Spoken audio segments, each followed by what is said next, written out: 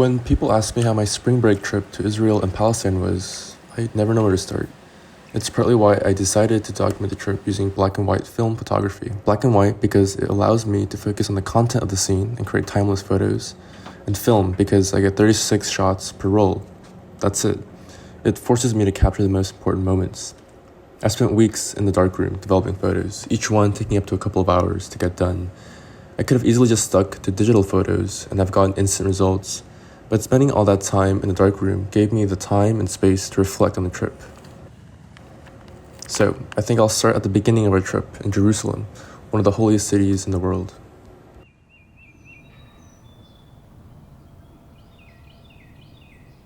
Our introduction to the Holy Land was through a dual narrative tour in Jerusalem. We sat in the small courtyard in the shade of the Tower of David Museum, listening to Shukri, our Muslim Palestinian tour guide, who gave us the Palestine narrative, while Itzhak, our Jewish Israeli tour guide, gave us the Jewish Israeli one. It was an intense discussion. Even a pigeon decided to listen in. Jews came over here as refugees back then. Then the Zionist movement came and they said, well, God gave us the land. So screw everyone who lives here. We own it. It's written in the Bible. Listen to Shukri as he uses the metaphor of a house in which Israelis have come and banished the Palestinians to the basement. I'm going to give you the basement to live in. Then you would say, the basement is too big. I want to scatter the basement, and I'm going to give you permission every now and then to go up, look from the beautiful balcony, and come back to the bathroom where you belong. This is, in my opinion, the story of Israel and Palestine. Listen to how Itzhak counters this metaphor. If you look behind here, okay, you will see one of the towers the Herods built 2,000 years ago, which means over here it was a Jewish land. Okay? And we didn't left Israel, we've been forced to leave Jerusalem. When asked what constitutes a homeland, Itzhak cites the evidence of archaeological Jewish remains again. First of all, okay, what's make our place, Israel, a homeland, is our history. Okay? When you go all over Israel, you will see Israeli Jewish archaeological sites, not from David's time, but even farther, from the 6th century. He said archaeology. My friend, archaeology. This is a perfect example of we are in an open air mosque, okay? There's layers of archaeology. Part of it is Jewish, part of it is Muslim. So archaeological evidence does not say that this country belongs to some nation.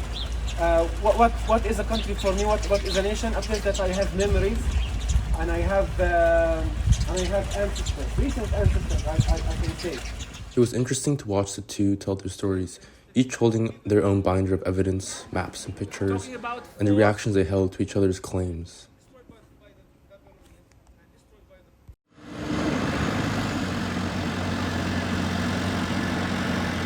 I was excited to see the Dead Sea listed in our itinerary, but was disappointed when our bus stopped just 2 kilometers from the shore at a worn-down salt plant. But this salt plant held an important story. One that was a reminder that even the Dead Sea is tied up with the politics of the region. This is the only Palestinian factory operating on the shores of the Dead Sea here. As per the Oslo Accords, this factory is in Area C, under complete Israeli control. The Palestinians that own this salt plant are prohibited from building or upgrading their facilities for over 50 years, explaining its overall worn-down look. The factory is close to an Israeli military installation, subjecting the factory's workers and premises to random searches. Israeli restrictions kept the factory from being connected to the electricity grid until 2010.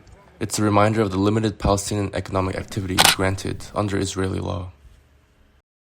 While the landscape was vast and serene, it felt suffocated and stuck in time through the decaying infrastructure.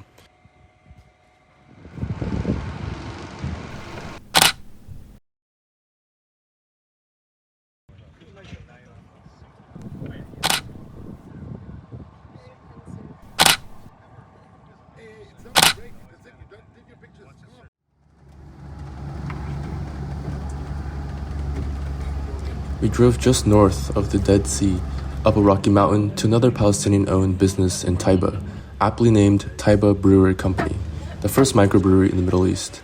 Our hardened Palestinian bus driver, Bassam, cool as a cucumber, drove up twisting roads, squeezing past trucks. Only place in the country that doesn't get snow is the desert. We were greeted by a boy on a trotting horse as we entered the village.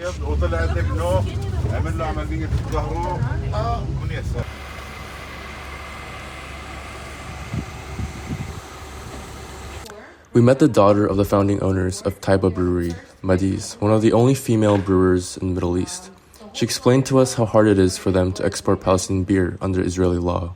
The day before on Palestinian trucks, it goes to the commercial checkpoint, 6 o'clock in the morning the next day. We have another Israeli truck on the other side of the checkpoint, has to go through paperwork and everything. They unload the first truck and then load the second truck. Now, if they finish before 12 or 2, they make it to the warehouse at the port. But if they don't, they have to leave the beer overnight, pick it up the next morning, and then take it to the port. Once it gets to the port, because it's a Palestinian product, it goes through security check again, which you pay for again. And then it's stored in a different warehouse because it's a Palestinian product, away from Israeli products.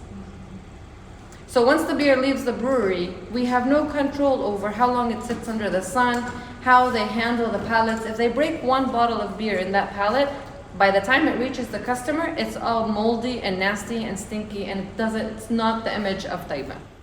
Listen to how she describes a bottle of their exported beer. There's a story behind every single bottle. It's not just the Palestinian people that suffer from the occupation.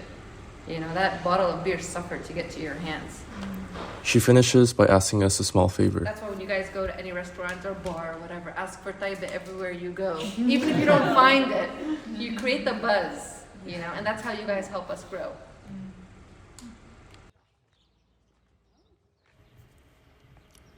This was a food trip after all, and it was in the quiet village of Sebastia, where we had the lunch of a lifetime. Chef Fadi Katan taught us one of the most iconic Palestinian dishes, musakhan. You don't reach in and grab those two? She's challenging me.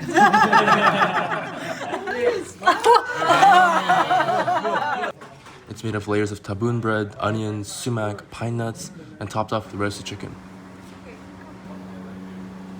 And for dessert, the world's best kunafe, and for me, my first. I'm not very good at math, so some of you may end up with 2 pieces, some with 3 pieces. I want 3 pieces. Whoever's been cheated out of. Sebastia is a history-laden village littered with archaeological ruins spanning back to the ancient Romans and the Greeks. Early Christians believed it to be the burial place of John the Baptist, and where Salome performed the dance of 7 veils. It was the first time during this trip where I saw a giant Palestinian flag waving proudly. This area is under mixed control. Most of the archaeological ruins are in Area C, under direct Israeli control. Yet Israel is doing nothing to protect the ruins. Nothing is labeled or roped off. We met a local, Abu Yasser, owner of a guest house in Sebastia, who became a farmer wanting to escape the politics. Yet he couldn't, when his fields of apricot and olive trees were razed to the ground by settlers, or when an Israeli sewage plant released their toxic waste onto his fields. How do you respond to a story like that? I could only nod and give him my full attention. He started listening to one of his favorite bands, the Scorpions. The music gave him, just for a moment, some peace. Yasser recounted a time where Sebastia was the #1 tourist site in the region until Israeli occupation in 1967. It was a reality difficult to imagine, as we were the only tourists there. Does it have seat belts?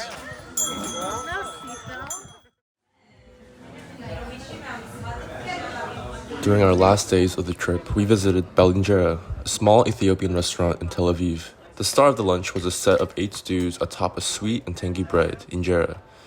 The owner is Fanta, whose family made the Aliyah from Ethiopia alongside thousands of other Ethiopian Jews, reflecting one of the oldest yet unknown diasporic Jewish communities outside of the Western world.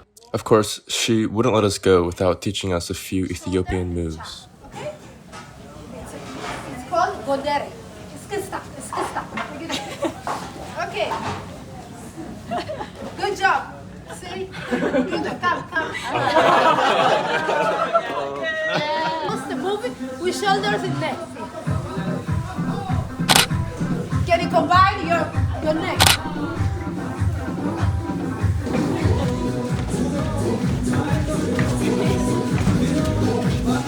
Ready?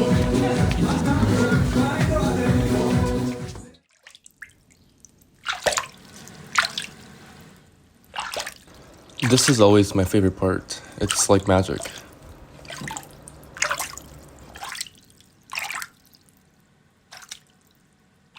This has to be one of my favorite pictures. It's alive with the people I spent 11 days with. Our Palestinian chef slash guide, Fadi, with his big, expressive gestures, Alon rushing to join the group, Naveen, our professor turned worrisome mom, taking a picture of her stand-in kids she found herself in charge of during the trip. All this buzzing life and dynamic personalities, just 2 kilometers from the Dead Sea, framed by a rusted piece of a Palestinian ladder, a reminder of one of the many narratives that characterize this land. So, when people ask me how my spring break trip was, I think I'll start with this picture.